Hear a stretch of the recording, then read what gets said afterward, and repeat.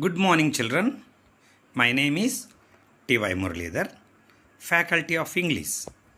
My dear students, today we'll discuss 10th standard, our world through English. My dear children, all of you take textbooks into your hands.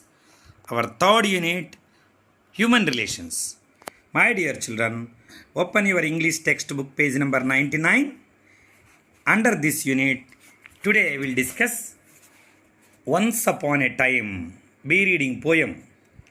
Children, this poem was written by Gabriel Okara. This was written by Gabriel Okara, who is a Nigerian poet. He explains what happens when a traditional African culture meets the forces of the Western way of life. The poem was written to outline the fake personalities of many people and to try and get them to return to a natural and innocent man. This poem explains the artificiality of relationships and manners prevailing in the present day world. Children, now read the first stanza. All of you follow the textbook, children. Once upon a time, son, they used to laugh with their hearts and laugh with their eyes. But now they only laugh with their teeth, while their eyes block cold eyes, search behind my shadow. Children, here the poet explains the difference between past and present. See, the people used to laugh with their hearts in olden days. There used to be sincerity on their laugh. Their laugh came from their hearts. There was genuinity in their actions and feelings. But people laugh superficially in present. Their laugh is fictitious. That means artificial, feeling less. See, the eyes are dead like feeling less. That poet mentioned eyes block cold eyes. No expression, expressionless. See here. Search behind my shadow.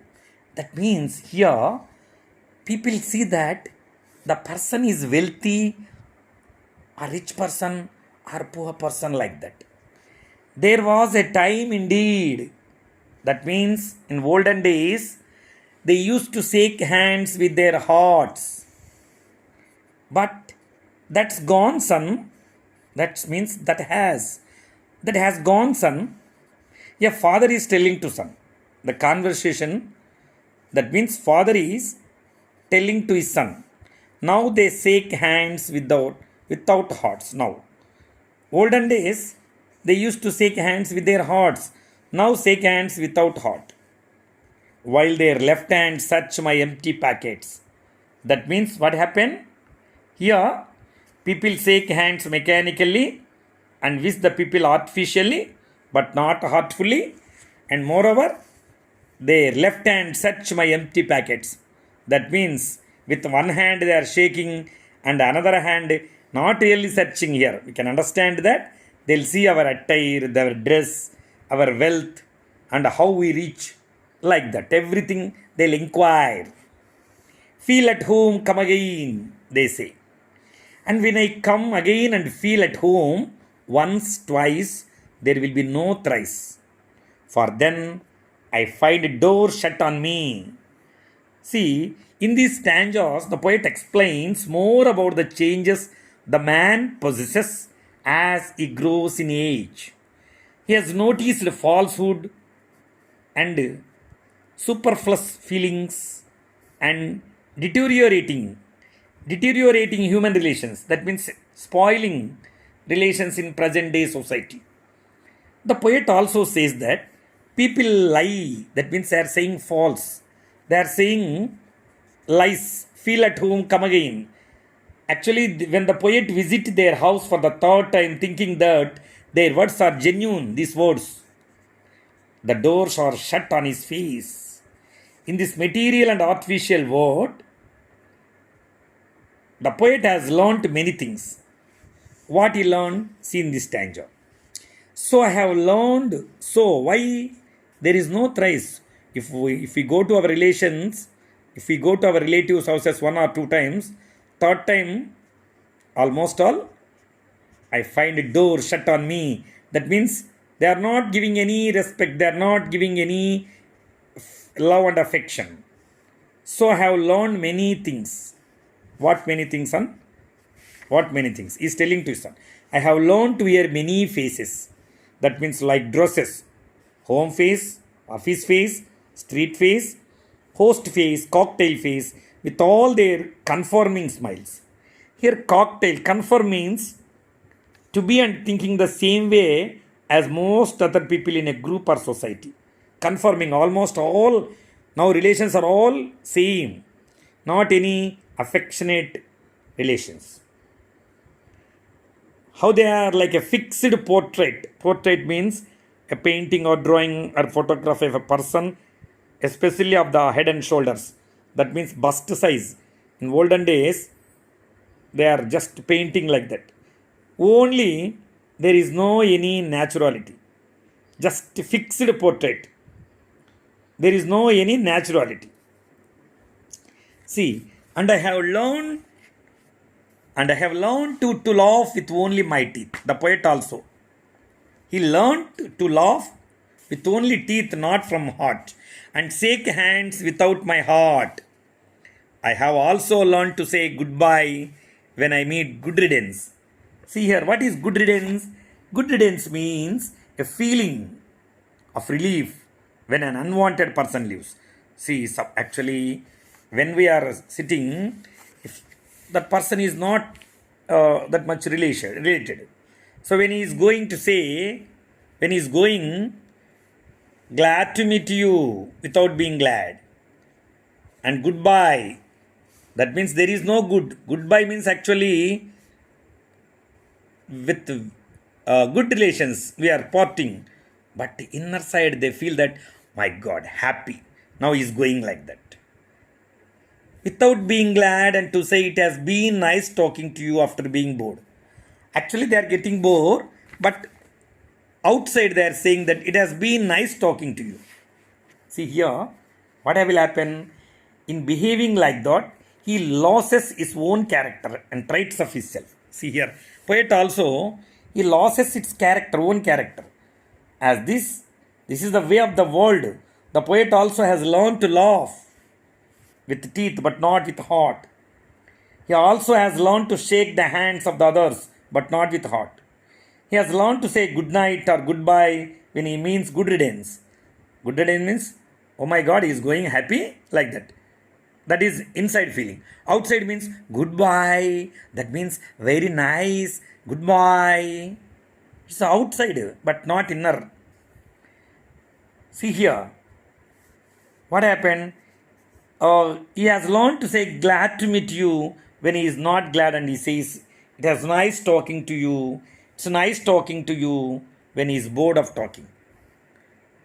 But believe me, son, I want to be what I used to be. Earlier, what I used, this past habit, children. I want to be now, present, he requires. What he wanted to be now? What I used to be. In olden days, that means in childhood days, how he laughs, how he feels, how he smiles, like that again he wanted to be. When I was like you. That means the poet in his childhood days, I want to unlearn all these muting things. Muting things means actually changing all the time. That means expressionless. Muting, expressionless. Mute, television mute, remote, you will see mute means silent. That means not from heart. Most of all, I want to relearn how to laugh for my laugh in the mirror. Actually, present for my laugh in the mirror shows only my teeth like a snake's bare fangs. Snake's bare fangs means, it's a bad things, That means not natural, unnatural. So, show me. So, see, pronunciation is same. but spelling and meaning is different. Homophones. Show me, son, how to laugh. Show me how.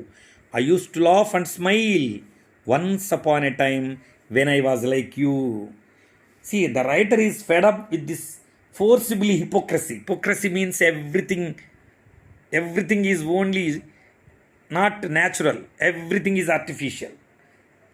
See, when we visit any marriage, all these things, when we attend the functions, when we get down from the car, they will receive in a different manner. But when we attend the function with bicycle or on foot like that, the treatment is different. I think you will know about this. See, this pretension of falsehood, pretension acting. He wants to regain his real spirit. That's why he's asking his son, show me, son, how to laugh. It's real spirit and character. He wants to abandon all this falsehood. Abandon means remove. He wants to laugh sincerely as the children do. How the children laugh? Without any problems, without any disturbances, without any differences. With open-heartedly they are laugh. Children will laugh. Like that, the poet also wanted to laugh. Wanted to laugh. His laugh reveals all the fallacies of the world. Actually, in our present days, this laugh shows that all mistakes, all problems. When he looks at himself in the mirror, his teeth are exposed and they appear like the fangs of snake means it's a bad thing, you know. Fangs means snakes bear fangs. The tongues divided into two parts, you know. That's appear not good. That means his laugh also not good. In the last stanza, the poet appeals to his son to show him how to smile wholeheartedly. The poet's desire to regain his original traits of his character. Traits means methods, sincerity, and to give up his falsehood. Give up means stop. His falsehood. Falsehood and hypocrisy, all these things. Children, he was born in, the poet Gabriel Okara is an African poet. He was born in 1921 in Nigeria. He was educated at government college. Okay, children? So, this is the meaning of once upon a time. Still any clarification? You ask me, I will explain, children. Okay, we'll see you with another topic in another video. Bye, children. Have a nice day.